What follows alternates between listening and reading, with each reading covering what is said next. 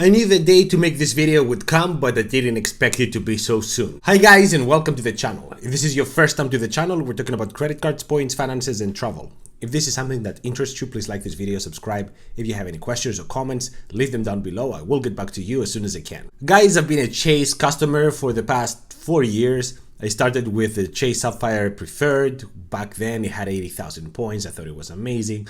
I got it. I got 5 personal, 3 business credit cards. I transferred my payroll to Chase, and I've been a Chase fanboy for the better part of the last 4 years. But lately,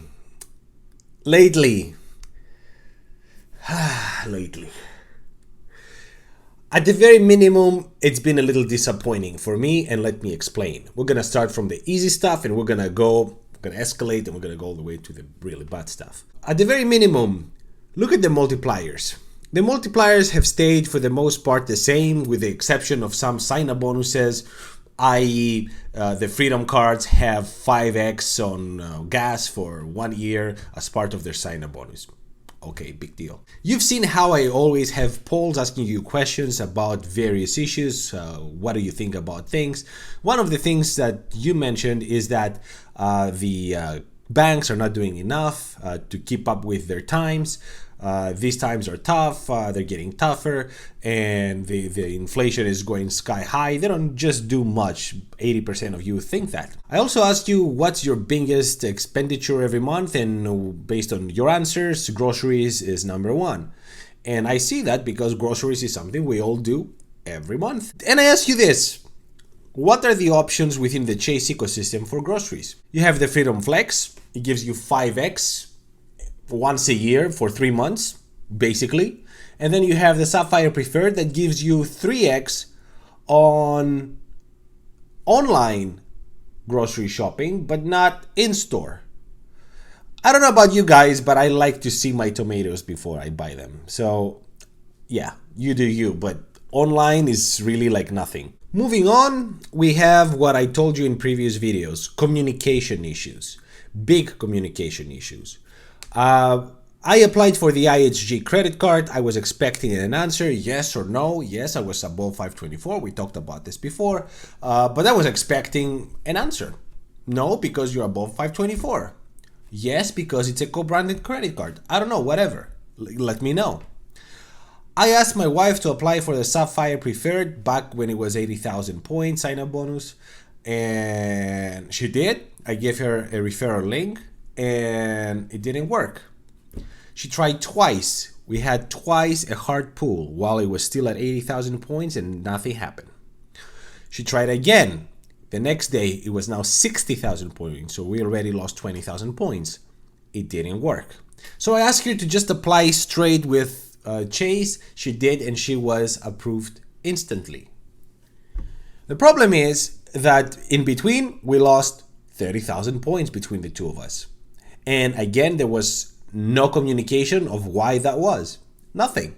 One of the viewers of this channel, very good friend of the channel, he mentioned how he's at 26, 24, and yet he called Chase, and the 6th time he called, as he mentions, he was approved. He finally managed to talk to the right person. Well, first of all, that tells me that there's no internal communication between Chase.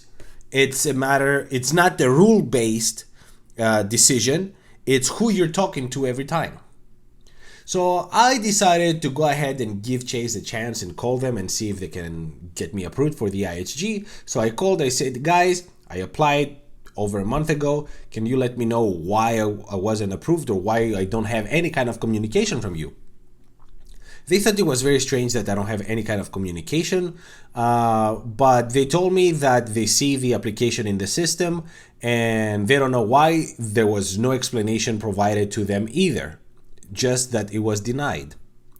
They said, I will transfer you to the right department so you can, see what you can do. So they transferred me to another guy that was obviously working from home that day, because I could hear all the blenders and everything in the back. Somebody was cooking. And he didn't feel like talking too much, and basically he said he doesn't see my application at all, and that I should reapply, and call again immediately to see why I'm getting denied, and maybe they can help me this way. So I said, you're asking me to have another hard pull, and you're saying you don't see the application, but the other person said that he does see the application. So there's a miscommunication within Chase. I decided against it. I didn't reapply. I left it as is. I was very frustrated at this point. I'm like, you know what? You don't talk to each other, but also your systems don't talk to each other. Then, a month ago, I bought a car.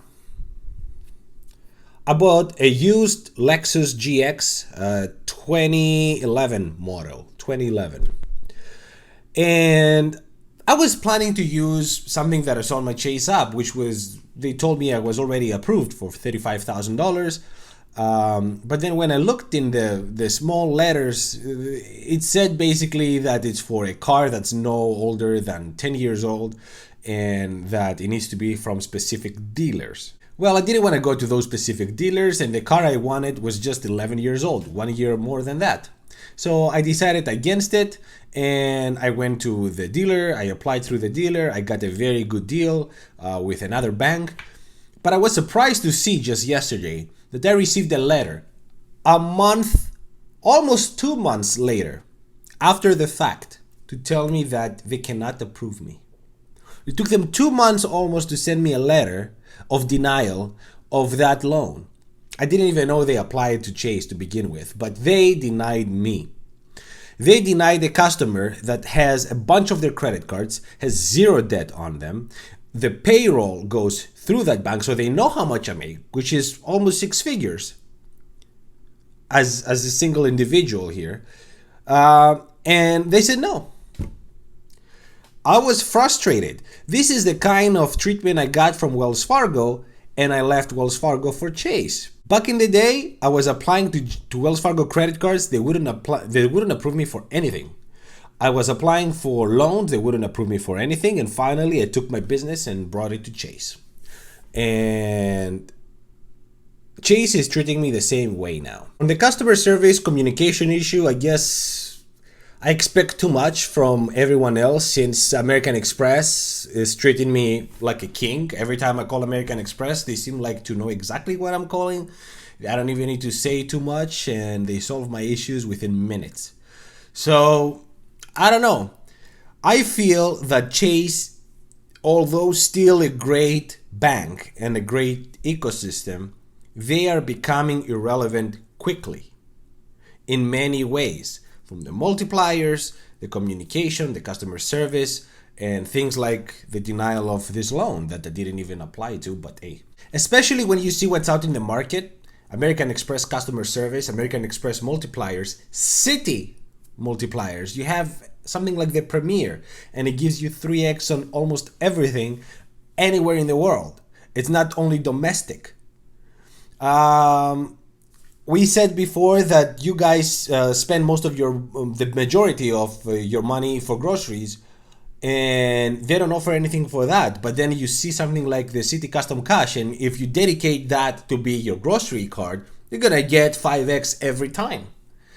So I don't know where City is going. I don't know what's going on with them. I was a very happy customer. I want to hear from you. I want you to tell me, and don't tell me 5 years ago or 4 years ago or 3 years ago. Tell me what happens now. If you have any communication, anything with them, and how do you feel about them? Because I start getting really frustrated with Chase, and I don't know what I'm going to do with it, because I still think their ecosystem and their credit cards are very decent and good. But I said in the previous video that I find myself more and more using American Express and Citi. And I see Capital One coming in fast from behind. They're improving their network of lounges. They're improving their credit cards, the multipliers. The Venture X is an incredible credit card. And I don't know where Chase is going. I think they lost their way, and they're going to pay for it. They're going to pay for it. If they continue this way, I see them going down, and while others are coming up. They're not going down per se because they're doing something that bad. They're just very stuck in the past, and they're not moving with times as other banks are doing. That's my opinion. Let me know what you think. Thank you so much for watching. Until the next one, ciao.